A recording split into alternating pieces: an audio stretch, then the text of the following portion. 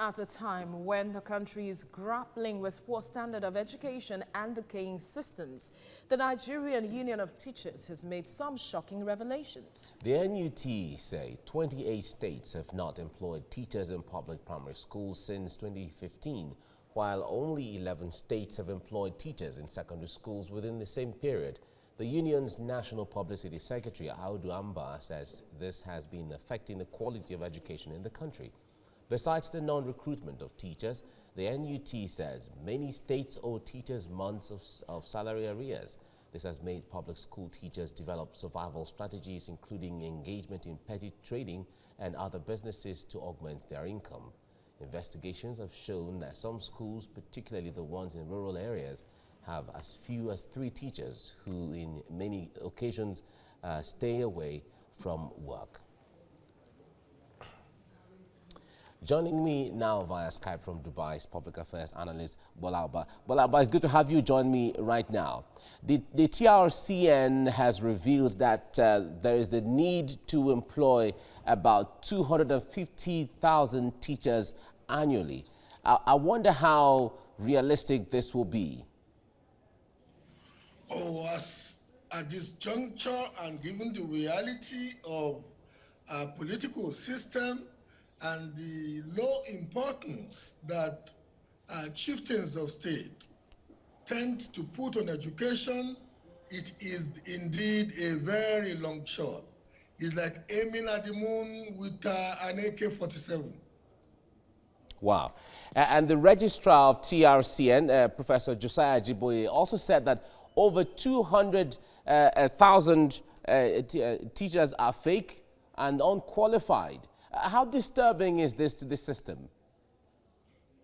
It has always been a reality in our system that many of the teachers in the public sector, indeed in the private sector, are not qualified to hold the positions they hold. But unfortunately, in recent times, the case is getting higher and very disturbing, and inevitably is going to rub off on the quality of the products of our educational system.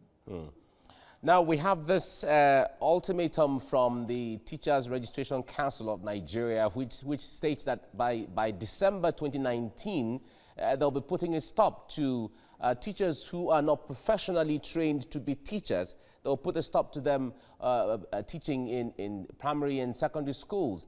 How will this help? It would ordinarily have been helpful if the entity were to have the power of enforcement. But I am sitting there thinking, how would they enforce it if the political system that we have has a way of sometimes using appointments into the educational system as teachers to recompense those who have worked for the beneficiary, say the governor, or to also sometimes use it as an opportunity to just want to create a facade that people are getting engaged. So on the one hand, those who control the system tend to sometimes have a dumped down methodology of engaging personnel with a view to scoring cheap political points, and yet this institution or this establishment that you've just spoken about is also intent in enforcing quality in personnel. I see a clash, and I think the organics of it is more in favor of the pedestrianism of political office holders. If we have to take the steps of sanitizing the system right now, where should we really start from as a people and as a country? Fantastic question, fantastic question. We should start from the fact that we need to nurture quality teachers. And to do that, my friend, takes time and valuable resources. Quality teachers have to go through the whole org of the educational system up to university. So you're looking at a time window or a development plan window that will span decades. And ultimately, we must come to the conclusion, like in the Nordic countries or the Scandinavian countries, that the best outputs of our educational system, especially at the tertiary level, must emerge as teachers, not the failures who tend now to see teaching as the occupation that can accommodate them because they have not passed very well and their first love jobs cannot take them in. All right, so we have so much to work on as a country. Thank you very much, Bolaba, for speaking to us. At a time when the country is grappling with poor standard of education and decaying systems, the Nigerian Union of Teachers has made some shocking revelations. The NUT says 28 states have not employed teachers in public primary schools since 2015, while only 11 states have employed teachers in secondary schools within the same period. The union's National Publicity Secretary, Audu Amba, says this has been affecting the quality of education in the country. Besides the non-recruitment of teachers, the NUT says many states owe teachers months of salary arrears. Now, this has made public school teachers develop survival strategies, including engagement in petty trading and other businesses to augment their income. Investigations have shown that some schools, particularly the ones in the rural areas, have as few as 3 teachers who on many occasions absent themselves from work. Joining me via Skype from Dubai is public affairs analyst Bola Oba. Thank you for joining us on TVC Breakfast. Now, at a time when some Nigerians are saying that there should be a declaration of a state of emergency on the education sector, we are getting reports like not having enough teachers in schools. How worrisome is this for you, and how did we even get here? To be very honest with you, we have a constitutional system that encourages short-termism. A governor is going to be spending 4 years in office, at max 8 years, and they will rather emphasize building bridges or doing doing white elephant projects than attending to strategic human capital development issues.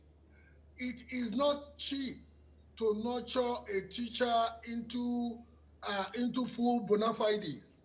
It is also not cheap to maintain a teacher qualitatively.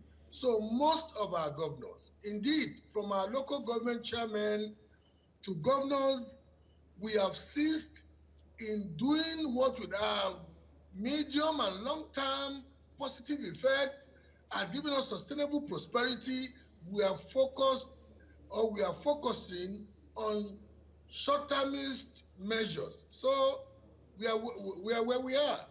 But there are funds made available by the Universal Basic Education that governors are supposed to key into to help cushion the expenses when it comes to education. Are you saying that they haven't been making use of those funds? Many of the governors would rather not provide before you can activate those funds, you would have to provide a percentage of the funding from your own side. Many of the governors are not interested in providing those monies because they see the project of engaging qualified teachers and nurturing them within the system. They see those things as accomplishments that will not rub off on their gubernatorial egos. So many of the funds available to those states are lying unactivated in the coffers of the Universal Basic Education system. Now, what does this imply, seeing that these teachers are, the foundation for the children who are said to be the leaders of tomorrow?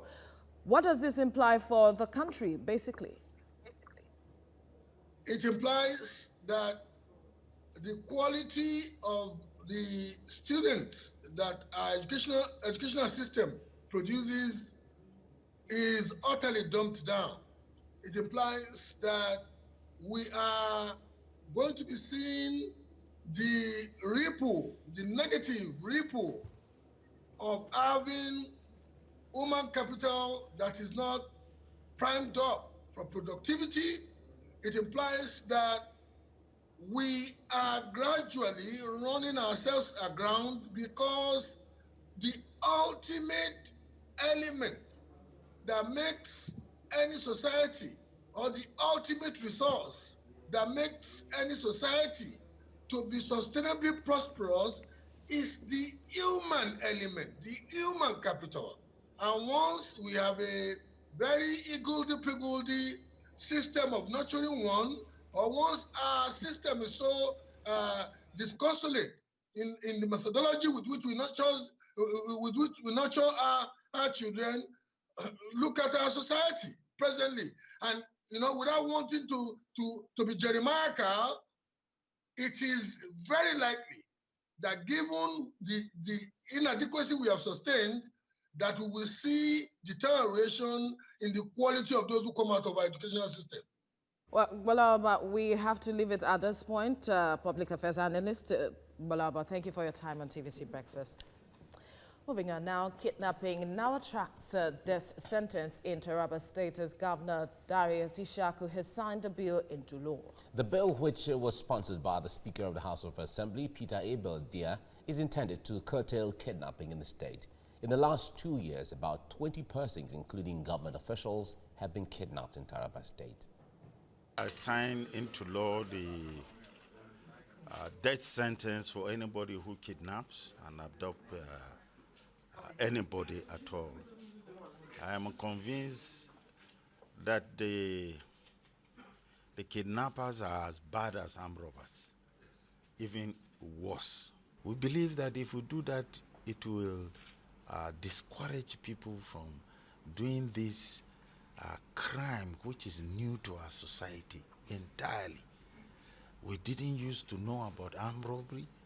We heard about it. Then we didn't used to know about kidnapping. Now we're hearing about kidnapping. We want to stop all these negative vices in our society.